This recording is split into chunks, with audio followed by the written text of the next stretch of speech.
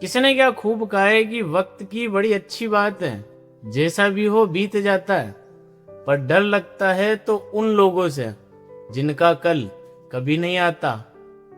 जैसी महाकाल में राजा अग्रवाल एक बड़ी सुंदर सी कहानी सुनाता हूँ। एक बार एक किसान था जिसका नाम था माधव। उसके खेत के बीचों बीच एक आम का बहुत पुराना सा घना पेड़ था, जिस पर सैकड़ों मीठे मीठे आम उगते थे, और उसी आम के पेड़ से इस माधव का घर चलता था। तो एक साल उस आम के पेड़ पर एकदम पके हुए रसीले आम उगे। तो माधव उन आम को देख के खुश हो गया और उसने सोचा कि कल आऊंगा और इन सारे आम को तोड़कर मंडी में ले जाकर बेच दूंगा। अब अगले दिन सुबह वो उठा तो मौसम थोड़ा ठंडा था, तो उसने कंबल ओढ़ा और बोला, आ मौसम कितना प्यारा है, आज थोड़ी सी देर और सो लेता हूँ, आम तोड़ने का काम कल से शुरू करूंगा। अब उसका वो कल अगले दिन भी नहीं आया। वो रोज सुबह उठता और खुद से यही कहता कि हाँ यार, आम बड़े अच्छे उग रहे हैं, कल इनको पक्का तोड़ लूंगा। तभी उसके एक पड़ोस के खेत वाले ने भी उसे टोक दिया कि माधव भाई, आम पक चुके हैं तो इनको आप तोड़कर बेचिए आओ, नहीं तो कहीं ऐसा ना हो जाए कि नुकसान हो जाए आपका। तभी माधव ने भी मुस्कुरा कर कह दिया कि भाई तू तेरा काम कर, मेरी चिंता मत कर, मैं कल एक ही दिन में सारे आम तोड़ लूंगा।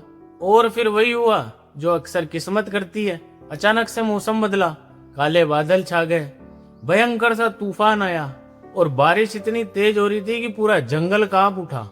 अब माधव भी झटके से उठा और सीधा खेत की तरफ दौड़ा, पर तब तक बहुत देर हो चुकी थी। तूफान के कारण सारे पके हुए आम डालियों से टूट टूट कर नीचे गिर गए और सारे आम नीचे कीचड़ में गिरकर अब सड़ चुके थे, और आम के पेड़ की सबसे मजबूत और सबसे बड़ी डाली भी टूट चुकी थी। यह सब देख के माधव भी वही मिट्टी पे बैठ गया और जोर जोर से रोने लगा। पेड़ को उसने कसकर पकड़ लिया और कहा कि मुझे माफ कर दो, मेरे आलस ने सब कुछ बर्बाद कर दिया। तभी पड़ोस वाले किसान ने उसके कंधे पर हाथ रखकर एक बहुत कड़वी बात बोली कि माधव, डर तूफान का नहीं था, डर उस झूठ का था जो रोज तू खुद से बोलता था कि कल से शुरू करूंगा, पर तूफान तो सिर्फ एक रात के लिए आया, पर तू तो हर रोज टूट रहा था।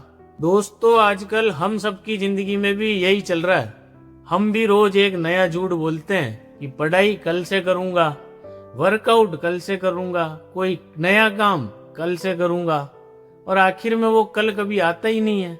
ये छोटी सी कहानी हमें सीख देती है कि जिंदगी में कल जैसा कोई चीज ही नहीं होती है, जो है आज है, अभी से है।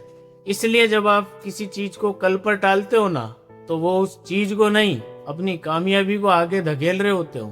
इसलिए हमेशा याद रखना, तूफान आने से पहले अपने आम तोड़ लेना, वरना कीचड़ में मिली हुई जिंदगी पर कभी रोना मत।